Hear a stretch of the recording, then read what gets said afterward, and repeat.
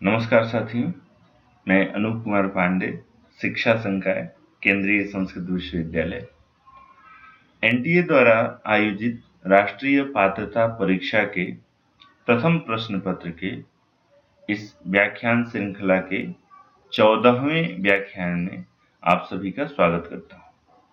साथियों, आज हम शिक्षण विधियों के बारे में परिचर्चा करेंगे। वस्तुतः विधि शब्द कहने मात्र से शिक्षण के क्षेत्र में संप्रेषण कौशलों के समुच्चय का बोध होता है।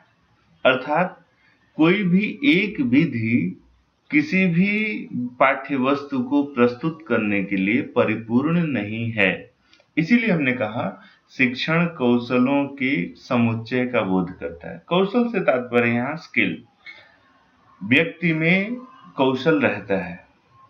सामान्यतः जब अभिरुचि का परीक्षण होता है तो इसका आधार ही है, मतलब ही है कि व्यक्ति जन्मजात शिक्षक होता है और उसमें शिक्षक बनने के गुण विद्यमान है या नहीं, इसी का परीक्षण किया जाना है। यह तथ्य स्पष्ट है। फिर भी एक प्रश्न उठता है कि क्या प्रशिक्षण के द्वारा भी व्यक्ति में कुशलताओं को विकसित किया जा सकता है? तो इसका प्रश्न हाँ है, हमेशा। किंतु व्यक्ति में उन्हीं कुशलताओं को विकसित किया जा सकता है जो मूलभूत रूप में उपस्थित हों, अर्थात मूल प्रवृत्त्यात्मक रूप में अध्यापकत्व का गुण जिस व्यक्ति में विद्यमान होगा, उसी का विकास करके, उसी के कौशलों का विकास करके उसको एक योग्य अध्यापक के रूप में बनाया जा सकता है। यहाँ पर मेरे समझ से आपके मस्तिष्क में यह प्रश्न नहीं आएगा कि कैसे जानेंगे, क्योंकि जब भी आप किसी भी शिक्षक प्रशिक्षण के पाठ्यक्रम में प्रवेश लेंगे, उससे पूर्व आपकी पूर्व परीक्षा ली जाती है। उसी पूर्व परीक्षा के द्वारा यह परखा गया, यह जाना गया कि आप में शिक्षक बनने का गुण है या नहीं। और निस्संदेह जो भी आप इस व्याख्यान को सुन रहे हैं, आप में यह है, तभी आप इसको सुन रहे हैं, क्योंकि आपने अब तक का सफर पूरा किया हुआ है। तो आइए हम शिक्षण विधियों के बारे में परिचर्चा करेंगे। शिक्षण विधि को हमने क्या कहा कि शिक्षण विधि कई प्रकार के संप्रेषण कौशलों का एक समुच्चय है। समुच्चय अर्थात संगठित स्वरूप।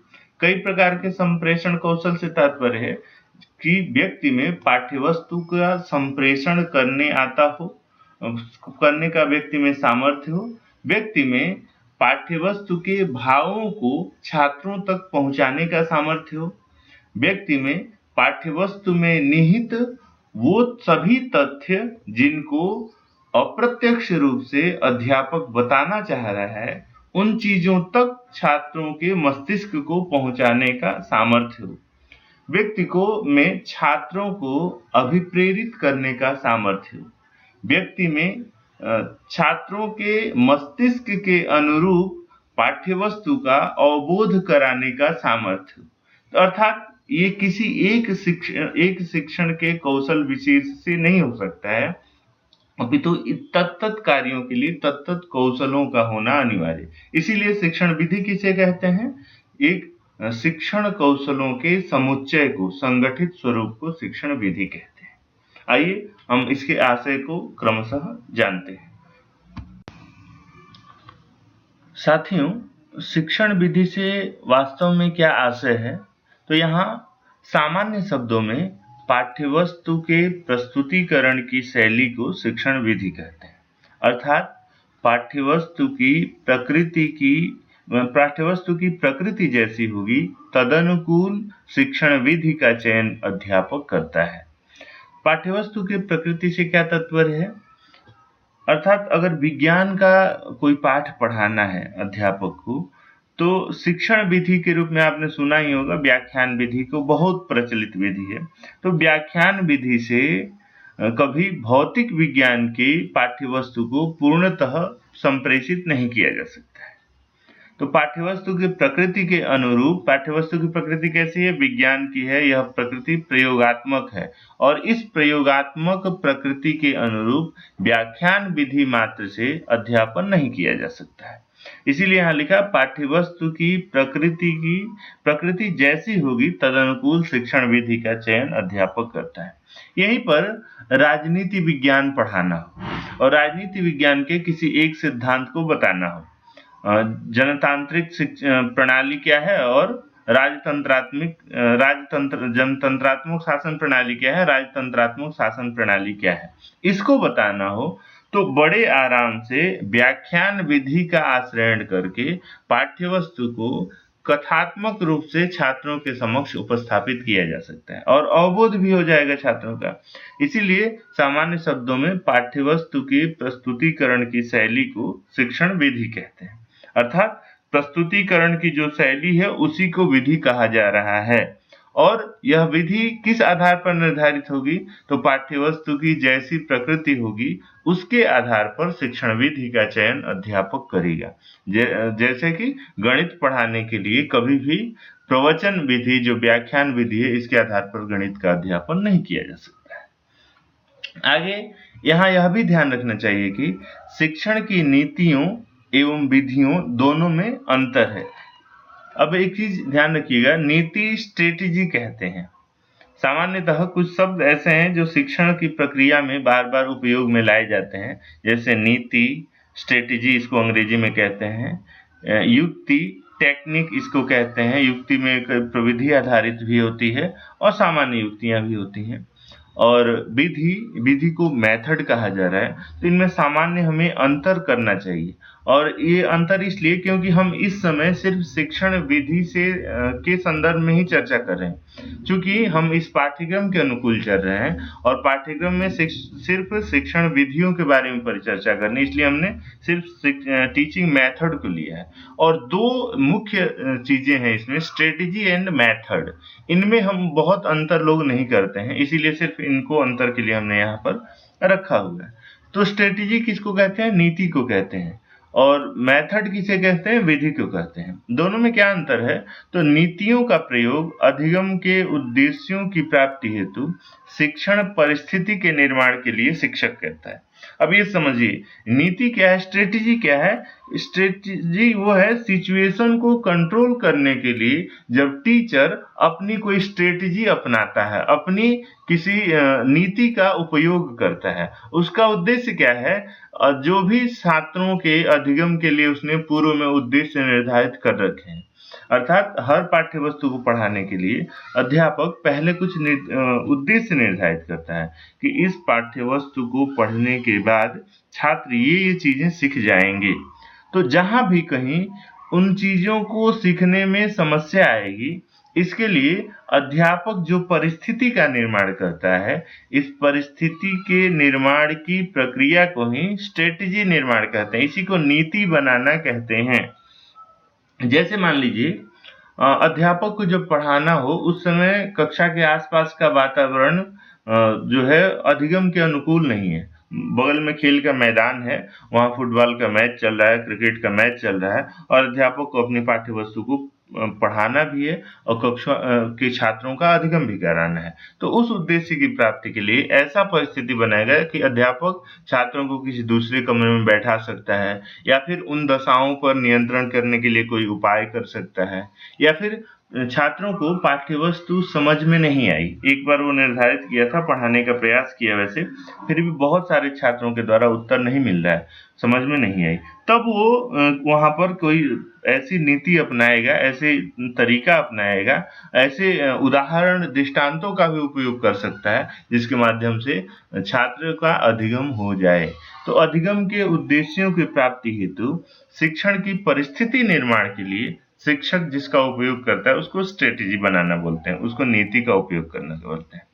और विधि क्या है, विधि के अनुप्रयोग में पाठ्यवस्तु के प्रकृति के अनुरूप प्रविधियों की सहायता ली जाती है। प्रविधि टेक्निक यहाँ पर है, टेक्निक में आ जाती है। एक तो टेक्निक क्या है, युक्ति, और दूसरा क्या है, टेक्नोलॉजी। टेक्नोलॉजी मतलब जो प्राविधिक उपकरण, वह उपकरण सूक्ष्म हो सकते हैं और स्थूल हो सकते हैं, या फिर संपूर्ण प्रक्रिया हो सकती है। सूक्ष्म से अर्थात हार्डवेयर, सॉफ्टवेयर, या फिर सिस्टम एनालिसिस, कुछ भी हो सकता है। तो पाठ्यवस्तु के प्रकृति के अनुरूप पाठ्यवस्तु जो पढ़ाना है, प्रकृति हम इसको समझ लिए, अर्थात कोई हमें कहानी पढ़ानी है, कोई व्याकरण पढ़ाना है या फिर विज्ञान के गणित के पाठ पढ़ाना है, तो उसके अनुरूप अध्यापक जो है कुछ प्रविधियों को अपनाता है। गणित पढ़ाने के लिए वो फिर ऐसे कुछ उपकरण बना के ला सकता है जिससे आसानी से छात्र समझ जाएं, या फिर बने बनाए किसी उपकरण, चाहे सॉफ्टवेयर हो या हार्डवेयर हो, उसकी सहायता ले सकता है। तो विधियों का अनुप्रयोग पाठ्यवस्तु के अनुकूल हो रहा है और नीतियों का अनुप्रयोग परिस्थिति निर्माण के लिए हो रहा है, उद्देश्यों के अनुरूप हो रहा है। इन दोनों में सामान्य अंतर है, आप इसको हमेशा ध्यान रखिएगा। यहाँ पर हम सिर्फ विधियों के बारे में परिचर्चा कर रहे हैं, शिक्षण विधियों की, क्योंकि यही हमारे पाठ्यक्रम में है। और साथ ही एक चीज और आप ध्यान रखिएगा, शिक्षण विधियां और शिक्षण नीतियां यद्यपि ये दोनों अलग अलग चीजें हैं, लेकिन ऐसा नहीं है कि एक दूसरे के समन्वय के बिना इनको हम सिद्ध कर सकें। बिना विधियों के प्रयोग को नीतियां भी सफल नहीं होंगी और बिना नीतियों को बनाए विधियों का अनुप्रयोग भी नहीं हो सकता है। इसलिए एक दूसरे के प्रतिपूरक के रूप में ये अवश्य ही है। इस चीज को भी हमें ध्यान रखना चाहिए। साथियों, अब शिक्षण विधियों का जब भी जिक्र होता है तो सामान्यतः यह देखा जाता है कि शिक्षण विधियों के आधार दो हैं, एक तो है शिक्षक और दूसरा है छात्र। और इनकी प्रकृति जैसी है, अर्थात शिक्षण विधियों की जैसी प्रकृति है, उसके आधार पर इनका नामकरण हुआ है। तो पहली विधियां है शिक्षक केंद्रित विधियां। शिक्षक केंद्रित विधियों में मुख्यतः 3 आयामों के विषय में अध्यापक को ध्यान देना होता है। पहला, छात्रों को संप्रत्ययों का ज्ञान कराना। संप्रत्यय कॉन्सेप्ट, तो अर्थात जो भी पाठ्यवस्तु है उस पाठ्यवस्तु का संप्रत्यय क्या था, उसकी अवधारणा क्या थी, उसका कॉन्सेप्ट क्या था, उसका पढ़ाने का मतलब क्या था, इस चीज को बता देना, पहला आयाम। दूसरा, छात्रों को संप्रत्ययों को स्मृत कराना, अर्थात इस जो कॉन्सेप्ट बताया गया इस कॉन्सेप्ट को छात्रों के मस्तिष्क में स्थापित करना, उनको पूर्णतः परिचित करा देना, ताकि भविष्य में पूछे जाने पर वो इस संप्रत्यय को व्याख्यायित कर सकें, बता सकें। और तीसरा आयाम है छात्रों के सूचनाओं का पुनर्वहन करना। पुनर्वहन अर्थात जो भी उनसे प्राप्त किया जा रहा है उसका फिर आगामी जीवन में, आगामी अपने वक्तव्य में उपयोग करके पाठ्यवस्तु को संचालित करना। तो ये मुख्य 3 आयाम है शिक्षक केंद्रित विधियों का। इनको शिक्षक केंद्रित विधियां इसलिए कहते हैं कि इनके केंद्र बिंदु में अध्यापक होता है और छात्र प्रायः निष्क्रिय से होते हैं। पूर्णतः निष्क्रिय नहीं, लेकिन प्रायः निष्क्रिय से होते हैं। उनका कार्य होता है जो अध्यापक कह रहा है उसको सुनना, समझना और जैसा वो कह रहा है उसके अनुकूल कार्य करना। तो केंद्र बिंदु में शिक्षक के होने के नाते इन विधियों को शिक्षक केंद्रित विधियां कहते हैं। इनमें से पहली विधि है व्याख्यान विधि। सामान्यतः आप परिचित हैं, व्याख्यान विधि का अनुप्रयोग जो होता है, यूज जो है वो हायर लेवल पर होता है, उच्च स्तर पर किया जाता है। यह विधि अपने आप में कई विधियों का समन्वय किए हुए है। व्याख्यान में किसी भी तथ्य को स्पष्ट करने के लिए बड़े आसानी से अध्यापक अपनी जो भाषा शैली है उसका उपयोग करके पाठ्यवस्तु को स्पष्ट करने का प्रयास करता है।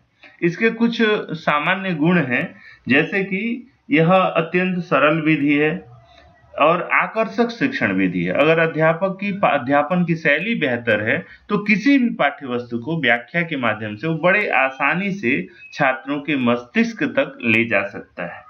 फिर इसमें बहुत ज्यादा व्यय नहीं होता है, मितव्ययिता युक्त बुद्धि है, अत्यंत कम खर्च में, बहुत ज्यादा खर्च की कोई खर्च कुछ भी होता ही नहीं है। अध्यापक और छात्र एक जगह इकट्ठे हो सकें, ऐसा जहां भी जगह वहां इसका उपयोग किया जा सकता है।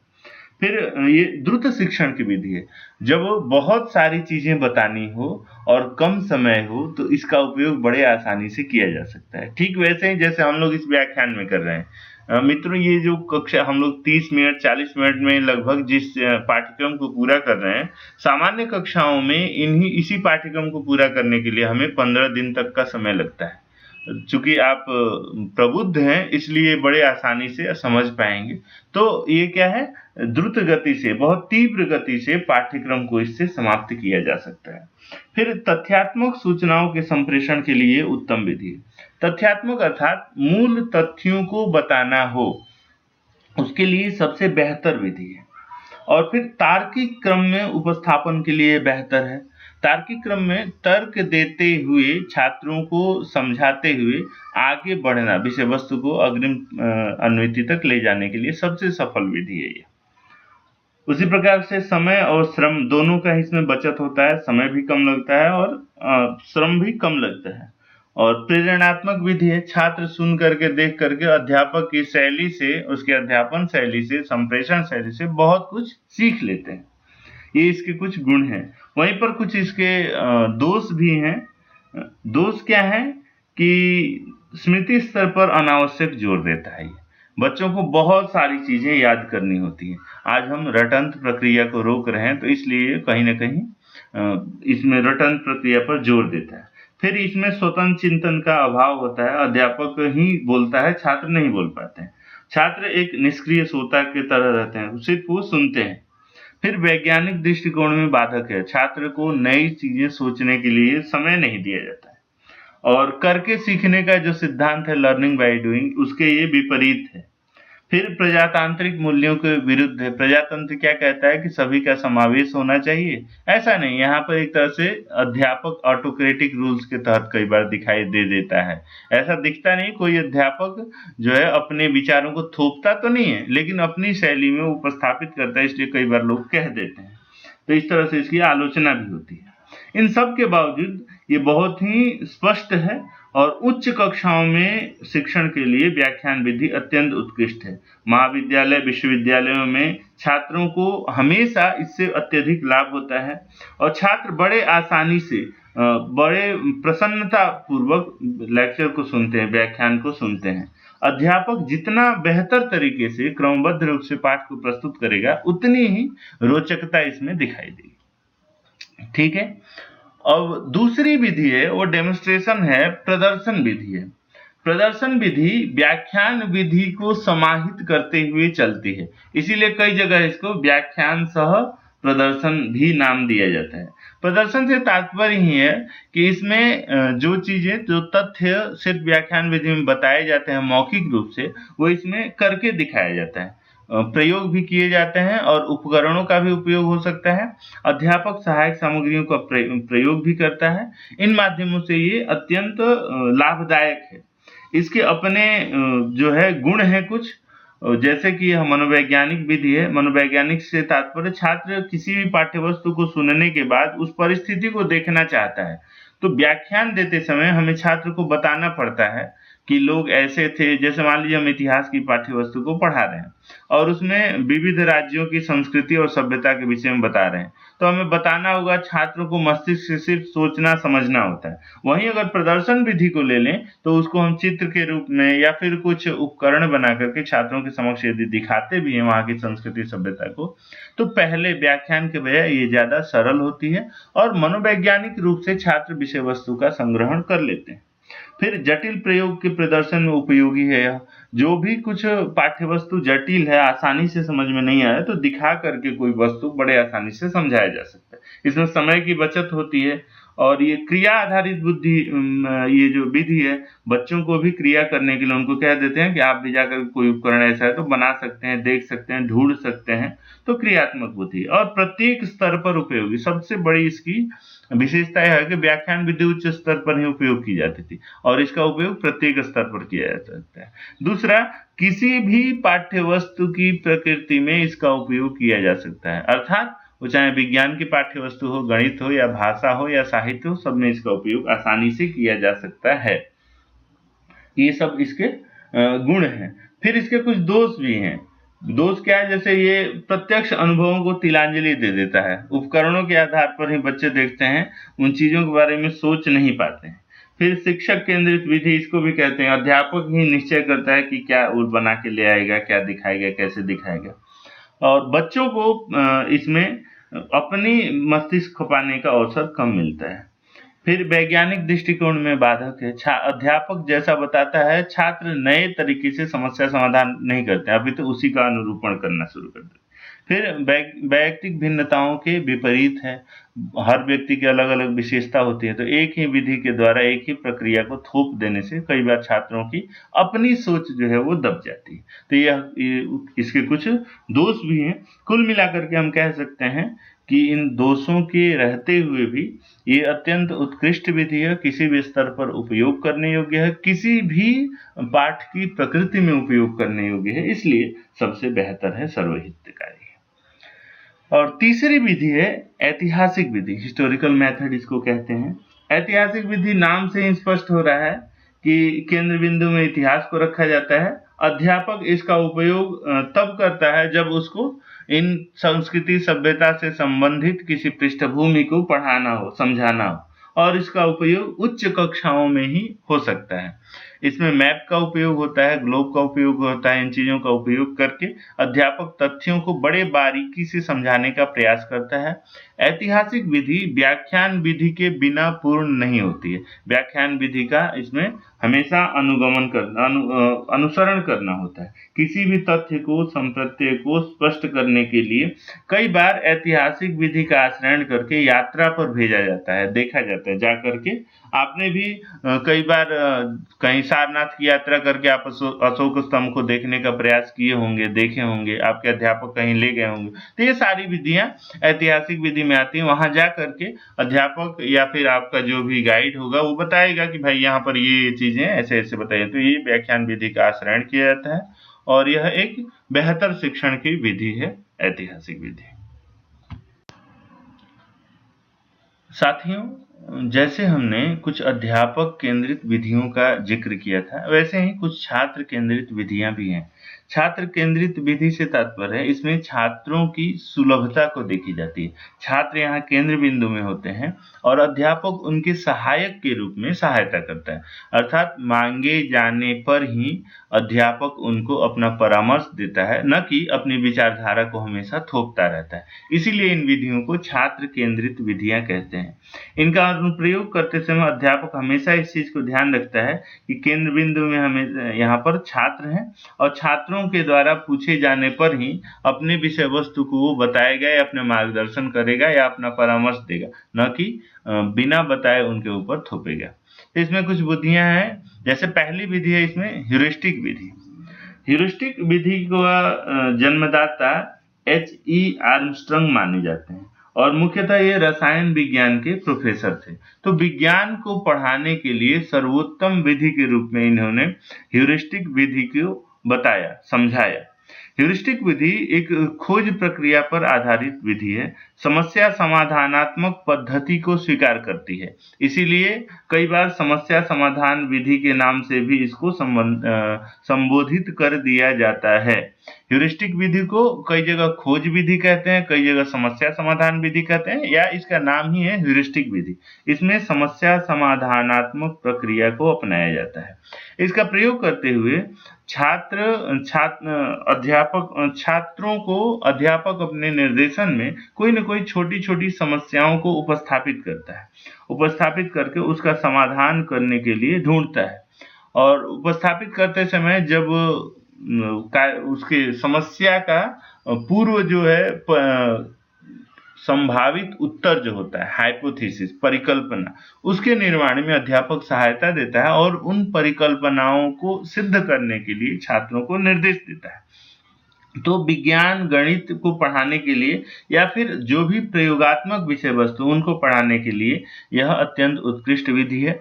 इसमें समस्या समाधानात्मक पद्धति का अनुसरण किया जाता है, अर्थात छात्रों के समक्ष एक समस्या उपस्थापित कर दी जाती है और स्वयं अनुप्रयोग करके उस समस्या का समाधान ढूंढते हैं। तो इससे क्या होती है, इसके सामान्य गुणों की यदि चर्चा करें तो करके सीखने का इसमें प्रयोग किया जाता है, लर्निंग बाय डूइंग। छात्र स्वयं समस्या का समाधान करने का प्रयास करते हैं, वैज्ञानिक दृष्टिकोण का निर्माण करता है। छात्र कार्य और कारण को जानने का प्रयास करते हैं। कोई घटनाक्रम घटित हो रही है तो कारण क्या है और किस वजह से ये कैसे घटित हो रही है। फिर आत्मनिर्भरता की भावना आती है। छात्र जो छोटी छोटी समस्याओं के लिए दूसरे के पास जाते थे समस्या समाधान के लिए, उनमें स्वयं उसका समस्या समाधान करने का सामर्थ्य होता है। फिर शिक्षक और छात्र के बीच एक बेहतर संबंध हो, एक दोस्ताना संबंध होता है। छात्र बेझिझक अध्यापकों के समक्ष अपनी समस्याओं को उपस्थापित कर पाते हैं। आजकल सबसे बड़ी यही समस्या है, चाहे अभिभावक और छात्र का संबंध हो या शिक्षक और छात्र का संबंध हो, बड़े ही दोनों दूर हो गए हैं। तो ऐसे समय में ह्यूरिस्टिक विधि अत्यंत उपयोगी है। फिर वैयक्तिक ध्यान इसमें दिया जाता है। एक-एक बच्चे को समस्या समाधान करते समय अध्यापक निरीक्षक के रूप में देखता है कि बच्चे कार्य कैसे कर रहे हैं, क्या कर रहे हैं। तो इस प्रकार से इसके तमाम ये गुण हैं। कुछ इसके दोष भी हैं। छात्रों को पहले ही आविष्कारक का दर्जा दे दिया जाता है और अनुसंधान विधि पर इसमें बल दिया जाता है। छात्र बहुत कुछ सीखने से पहले ही बहुत कुछ करना आरंभ कर देते हैं। फिर इसमें सिर्फ प्रयोगात्मक बल दिया जाता है, प्रयोगात्मक कार्य पर। सैद्धांतिक ज्ञान उनको कम होता है। फिर शिक्षक प्रशिक्षण की आवश्यकता के अनुरूप इसको हम भी बदलते हैं, प्रयोग करने के लिए कहते हैं। इस विधि का प्रयोग छोटी कक्षाओं में बहुत कुछ नहीं किया जा सकता और ये बहुत धीमी रफ्तार से चलने वाली विधि है। इसमें व्यय अधिक होता है। तो इन तमाम दोषों और गुणों के होने के बाद भी कहीं न कहीं एक बेहतर विधि है ह्यूरिस्टिक विधि और इसके द्वारा वैज्ञानिक दृष्टिकोण बच्चों में विकसित होता है। दूसरी विधि है परियोजना विधि। परियोजना विधि वस्तुतः समस्या समाधानात्मक विधि ही है। बच्चों के सामने कोई समस्या उपस्थापित कर दी जाती है और उस समस्या का समाधान करने के लिए, उत्तर ढूँढने के लिए उनको कहा जाता है। परियोजना में कई प्रकार की परियोजनाएँ आती हैं। इसको सामान्यतः प्रोजेक्ट मेथड के नाम से जाना जाता है। कहीं-कहीं स्कूल असाइनमेंट के नाम से भी इसको संबोधित किया जाता है। असाइनमेंट का तात्पर्य उनको कुछ कार्य दे देना, उस कार्य में जो कुछ भी समस्याएँ हैं, उन समस्याओं का समाधान करके लेकर के वो आते हैं। इसमें हमेशा इसके कुछ गुणों पर यदि विचार करेंगे, तो यह देखेंगे छात्रों के मानसिक स्तर के अनुकूल कार्य होता है, हमेशा। उनके जो क्रियात्मक पक्ष है, उसके विकास के लिए होता है। फिर परिश्रम का इसमें विशेष महत्व है, छात्र अलग से परिश्रम करते हैं। छात्रों में उत्तरदायित्व की भावना आती है, इससे भी उनमें वैज्ञानिक दृष्टिकोण आता है और अध्ययन के प्रति उनका लगाव होता है। चूँकि क्रियात्मक कार्य करते हैं, क्रियात्मकता से बड़े रुचिकर ढंग से पाठ्यवस्तु को ग्रहण करते हैं। इसके कुछ दोष भी हैं, जैसे इसमें समय अत्यधिक लगता है और कठिन अभ्यास की आवश्यकता होती है। कई बार कोई उनका साथी बेहतर कार्य कर लिया, किसी अन्य से सहयोग लिया और दूसरा साथी जो है अपने स्वयं से किया बहुत बेहतर नहीं हुआ, तो कई बार वो हतोत्साहित भी होता है या समस्या तब बढ़ जाती है और जब अध्यापक इन चीज़ों की व्याख्या सार्वजनिक रूप से कर देता है और यह बता देता है कि इन लोगों ने बहुत अच्छा किया और ये लोगों ने बहुत खराब किया, तब समस्या होती है। फिर इसमें अत्यधिक कई बार श्रम और अपव्यय दोनों होता है। खैर इन सब के बावजूद यह विधि, परियोजना विधि अत्यंत प्रचलित विधि है और सभी स्तरों पर प्रयोग की जाने वाली है, चाहे छोटे स्तर हो या बड़े स्तर हो। परियोजना विधि का अनुप्रयोग तमाम अनुसंधानों में किया जाता है और ये समाज के द्वारा स्वीकृत परिष्कृत विधि है, परियोजना विधि। अगली विधि है आगमन निगमन विधि। आगमन निगमन शब्द से ही तात्पर्य होता है। आगमन का अर्थ होता है नियम तक आना और निगमन का अर्थ होता है नियम से जाना। तो गणित, विज्ञान इन चीज़ों को पढ़ाने के लिए आगमन निगमन विधि का बहुधा उपयोग होता है। बड़े ही व्यवस्थित ढंग से ये चाहे आगमन का अर्थ हुआ पहले सवाल हल करके बाद में सूत्र के अनुसार उसको सेट करना। और या निगमन का अर्थ है पहले सूत्र को जान लेना, बाद में प्रयोग करना, प्रक्रिया दशा तक पहुँचना। तो यह भी समाज सम्मत विधि है और प्रत्येक स्तर पर उपयोग करने वाली विधि है। प्रत्यक्ष अनुभवों पर आधारित इसमें कार्य होता है। बड़े आसानी से छात्रों के वैयक्तिक समस्याओं का समाधान हो जाता है। ये इसके कुछ गुण हैं। इसमें कुछ दोष भी हैं। दोष यह है कि कई बार जो छात्र दब्बू किस्म के होते हैं, वो दबे रह जाते हैं, मुखर होकर के सामने नहीं आ पाते हैं। कई बार छात्रों को कम समझ में आता है, फिर भी वो कह देते हैं हाँ, देर तक उनको पाठ्यवस्तु समझ में नहीं आती। तो इसलिए कुछ इसकी समस्याएँ भी हैं। बाकी ये सभी भी स्तरों पर उपयोग करने के लिए, विज्ञान पढ़ाने के लिए, गणित पढ़ाने के लिए, भाषा पढ़ाने के लिए या फिर व्याकरणांश पढ़ाने के लिए सर्वोत्तम विधि है आगमन निगमन विधि। और अगली विधि है परिचर्चा विधि। डिस्कशन, ये नाम से ही स्पष्ट हो रहा है। ये छात्र केंद्रित विधि है और इसमें सभी छात्रों को अलग-अलग समूहों में बाँट दिया जाता है जब, तो एक-एक समूह को एक-एक बिंदु दे दिया जाएगा बातचीत करने के लिए, परिचर्चा करने के लिए। तो समूह होने से कई जगह इसको ग्रुप डिस्कशन के नाम से भी जाना जाता है और किसी बिंदु पर परिचर्चा करने में सभी छात्रों को बोलने का अवसर दिया जाता है। छात्र बड़े मुखर होकर के पाठ्य वस्तु से संबंधित अपना अभिमत प्रस्तुत करते हैं, जिसके कारण जो छात्र कक्षा में कम बोलते थे, कम पढ़ते थे, वो भी यहाँ अहम-अहमिकतया बोलने के लिए प्रवृत्त होते हैं, भाग लेते हैं, जिससे कि उनमें सक्रियता आती है। सक्रियता आने के साथ-साथ क्रियाविधि भी उनकी बेहतर तरीके से चलती रहती है। तो ये सभी कुछ छात्र केंद्रित विधियाँ हैं। तो साथियों, इसी के साथ धन्यवाद सभी को। मैं समझता हूँ कि आप विधि और युक्ति जो नीति है, स्ट्रेटेजी एंड मेथड, इनमें फ़र्क कर पाए होंगे और सामान्यतः 2 चीज़ों में और आप छात्र केंद्रित विधि और शिक्षक केंद्रित विधि इनमें अंतर कर पाए होंगे। साथ ही छात्र केंद्रित विधियाँ किसे कहते हैं, उनकी क्या प्रक्रिया है, इसको जान पाए होंगे। शिक्षक केंद्रित विधियाँ कौन-सी है, क्या प्रक्रिया है, इनको जान पाए होंगे।